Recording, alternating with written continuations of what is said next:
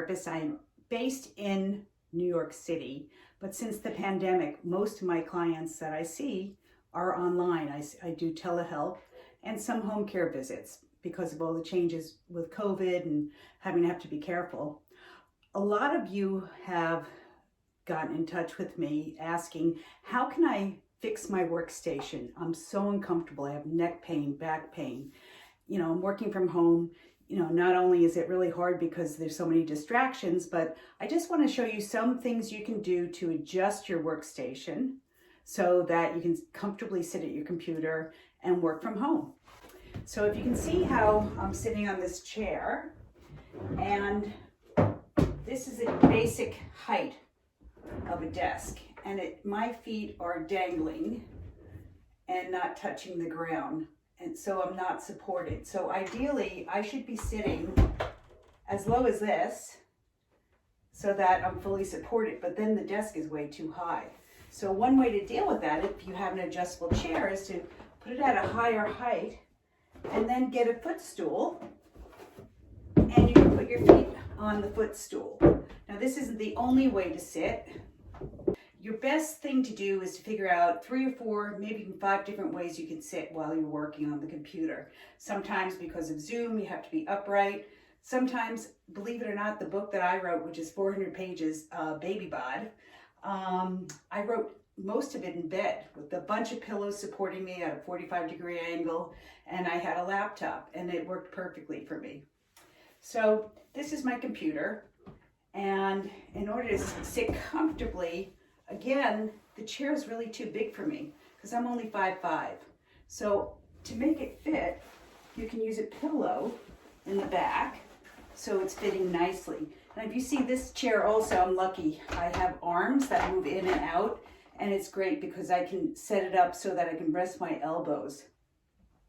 Another thing that I recommend is a gel pad added to your chair.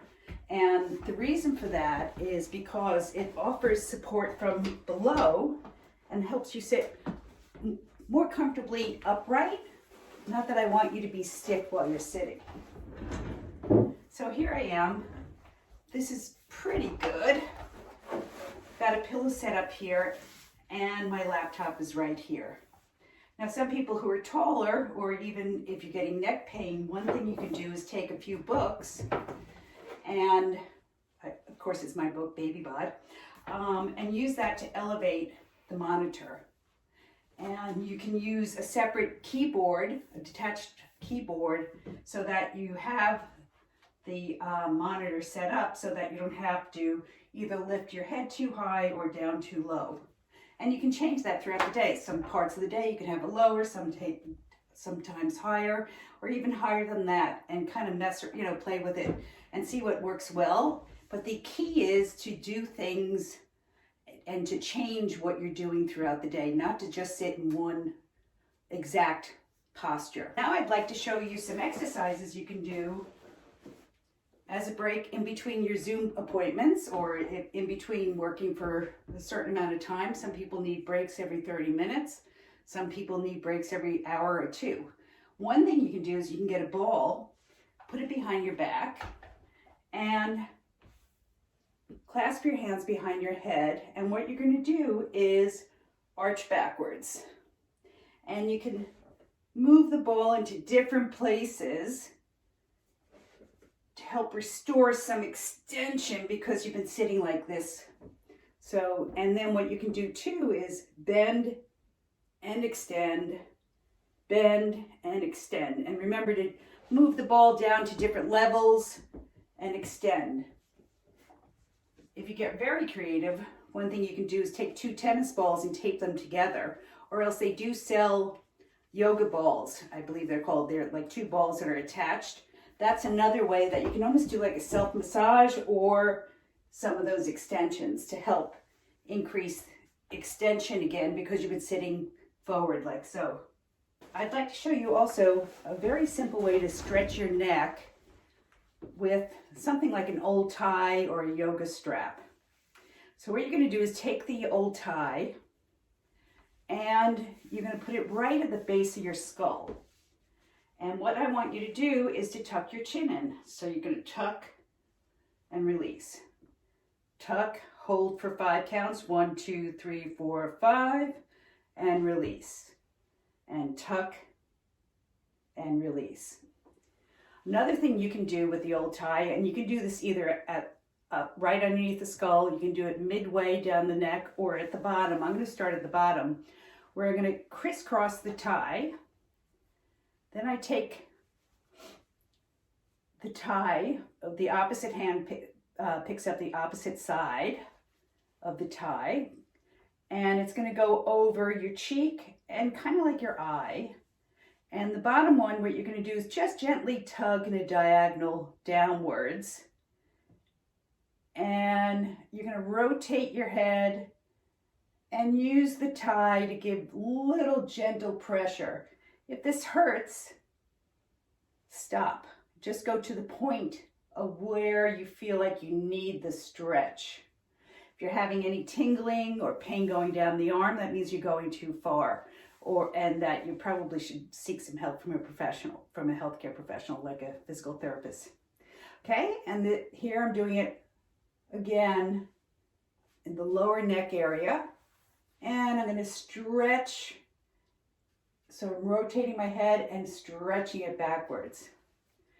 You can bring it up higher and get a stretch kind of like in the middle of the neck, like so. And like so. So that's the tie exercise. And just remember, you've been sitting like this so much that what you should do is not shoulder circles forward, but think about lifting up your shoulders and bringing your shoulders down and back. Think of the shoulder blade as going down over the rib cage as you rotate backwards. And do 4 or 5 of them. Another thing you can do is, most people talk about rotation of the head and stretching it out. Well, when you rotate, let's say we're going to rotate left and right, you're going to take your hand and put it on your forehead and give yourself a gentle push into the rotation, and the forehead's going to push into the hand. And then you relax and repeat that 2 or 3 times. And again, don't increase pain. Same thing with the other side. So that's resisted rotation. And then what you can do is a side bend. Take the opposite arm, that you're side bending away. Take the arm that you're side bending away from. You're going to take your hand and put it on the side of your head. And my head is pushing this way against my hand, and my hand's pushing down. So there's no movement. I'm just contracting some muscles, and at the same time, I'm letting my arm drop downwards. I feel a nice stretch in here. Show it to you on the other side. Take your hand, put it behind you, side bend, and again, my head is pushing in this direction, and my hand's pulling the head. And there's no movement. And it feels like a terrific stretch right into here. So all of these stretches you can do a couple of, as little breaks throughout the day. And you don't need to do tons of them. It's just to break up your habits and break up what you've been doing throughout the day. Sometimes I suggest make a list of them and even put it in your calendar that you're going to do a few of them throughout the day, and put an alarm on your calendar so you remember, because I know too many people who sit and they realize, oh my God, 5 hours has gone by and I haven't gotten up. So get up often, change your position often, and just move.